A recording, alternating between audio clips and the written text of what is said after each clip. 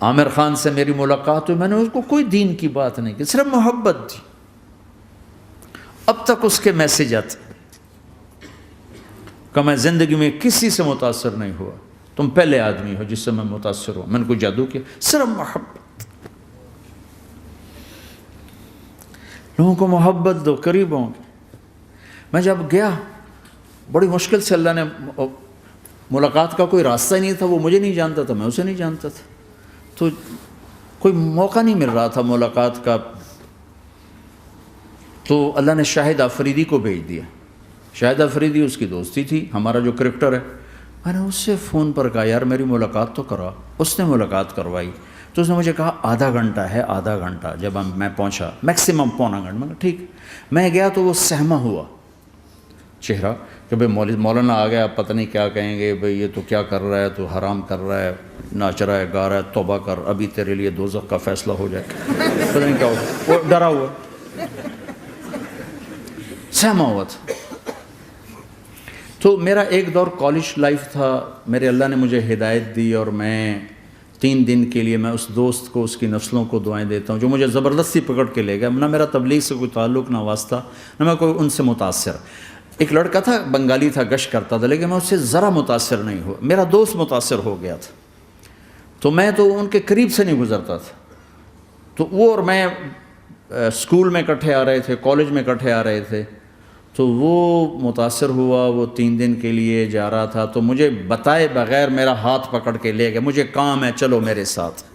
اور میں اس کو انکار نہیں کر سکتا تھا، یہ میرا اس کا تعلق تھا۔ اب بھی اسی طرح بھائیوں جیسا تعلق، میں اس کا احسان ماں، مجھے زبردستی لے گیا۔ ہمارے پنجابی کی مثال ہے، کبے نو لت لگی، وہ سیدھا ہو گیا۔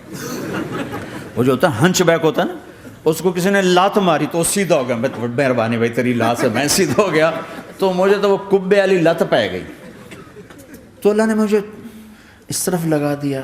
اور جب میری کالج لائف، میں نے کالج کا بہترین سنگر تھا، اسکول کا بہترین، یہ جنید جمشید کیا ہے جو اس زمانے میں یہ سارا کو اٹھایا میں نے سارا کیا ہے۔ تو اب وہ بیچارہ ایسے بیٹھا ہوا، تو میں نے اس سے بیٹھتے ہی فلموں کی باتیں شروع کر دی۔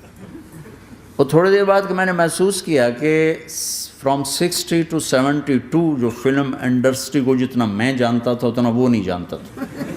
تو اس کے اوپر میرے علم کا روپ پڑ گیا، اس کی لائن کا علم تھا نا۔ تو حیران پریشان، یہ واز تو ہو نہیں رہا، تو کبھی دلیپ کمار کی باتیں شروع ہو گئیں، کبھی راج کپور کی شروع ہو گئیں، اور کبھی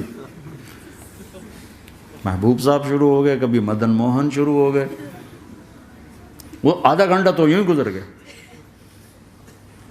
تو آدھے گھنٹے کے بعد میں نے کہا جی ہمارا تو ٹائم اوور کا نہیں، اٹھیں چلے ادھر چل کے بیٹھتے ہیں۔ میں کھانے کی ٹیبل پر تھے تو ہم وہاں جا کے بیٹھ گئے، پھر وہیں باتیں شروع ہو گئیں۔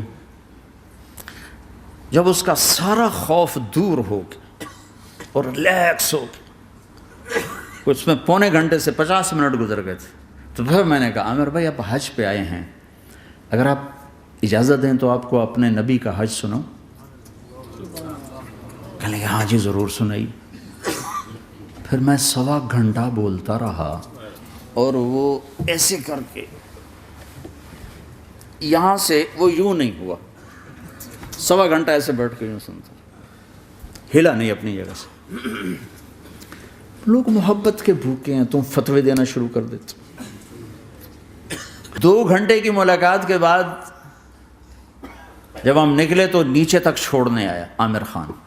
حج کے بعد میں نے کہا ایک ملاقات اور ہو جائے گا، ضرور ہوگی۔ پھر اس کا میسیج آیا کہ میں مدینے چلا گیا ہوں، معذرت چاہتا ہوں۔ میں نے کہا میں مدینے آ جاؤں گا، میں مدینے پہلے ہو آیا تھا حج سے پہلے۔ تو اس نے کہا کہ آپ 14 تاریخ کو آ جائیں، 4 سے 6 کا ٹائم میں نے آپ کے لیے رکھا ہے۔ تو میں جنید اور ایک اور ساتھی ہم دوبارہ وہاں چلے گئے 4 بجے، 4:15 ہم اس کے ساتھ ہماری شوٹنگ شروع ہوئی۔ 4:15 سے 10:15 تک 6 گھنٹے مسلسل، اور اس کے ماتھے پہ ذرا نشان نہیں آیا کہ میں بور ہو رہا ہوں۔ اور اس کے بعد ہم اٹھے، اس کا جی نہیں چاہ رہا تھا کہ ہم اٹھ کے چلے جائیں، محبت۔ پھر ایک امتحان پڑ گیا، میں اجتماع میں تھا رائمنڈ کے پچھلے سال، اس کا میسیج آ گیا میری فلم تلاش آ رہی، اس کی کامیابی کی دعا کرو۔ بھائی اے چنگی بڑی. میں کہا اب کیا کروں؟ جواب دینا بھی ضروری، دعا بھی نہیں ہو سکتی، کیا کروں؟ تو جب وہ میسیج آیا تو میرے سامنے کوئی 10-12 علماء بیٹھے تھے.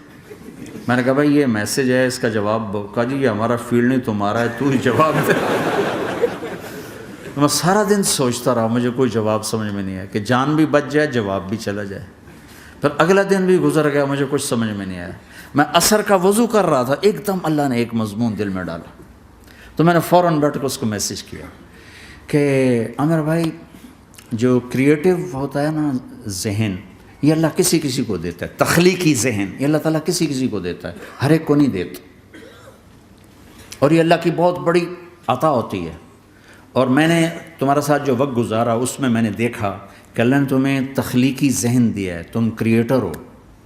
اور جو لوگ اس ٹائپ کے ہوتے ہیں وہ کامیابی ناکامی کی پرواہ نہیں کرتے، وہ اپنے کام سے کام رکھتے ہیں. آپ کا بھائی تو فوراً اس کا میسیج آیا، آپ ٹھیک کہہ رہے ہیں، آپ ٹھیک کہہ رہے ہیں. بات ہو گئی. پھر میں تھا ہانگ کانگ، میں نے وہاں سے اس کو میسیج کیا.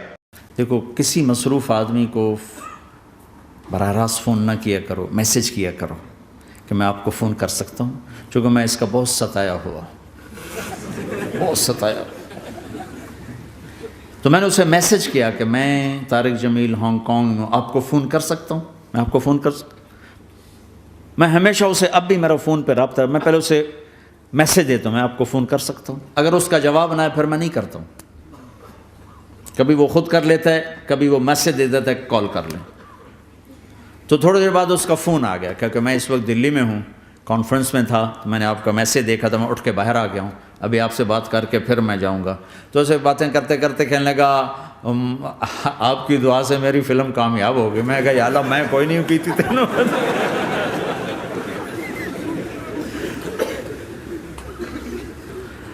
بھائیو محبتیں بانٹو، نفرتیں تو پہلے ہی بہت پھیل چکی. نشہ پلا کے گرانا تو سب کو آتا ہے، مزہ تو تب ہے کہ گرتے کو تھام لے ساتھ.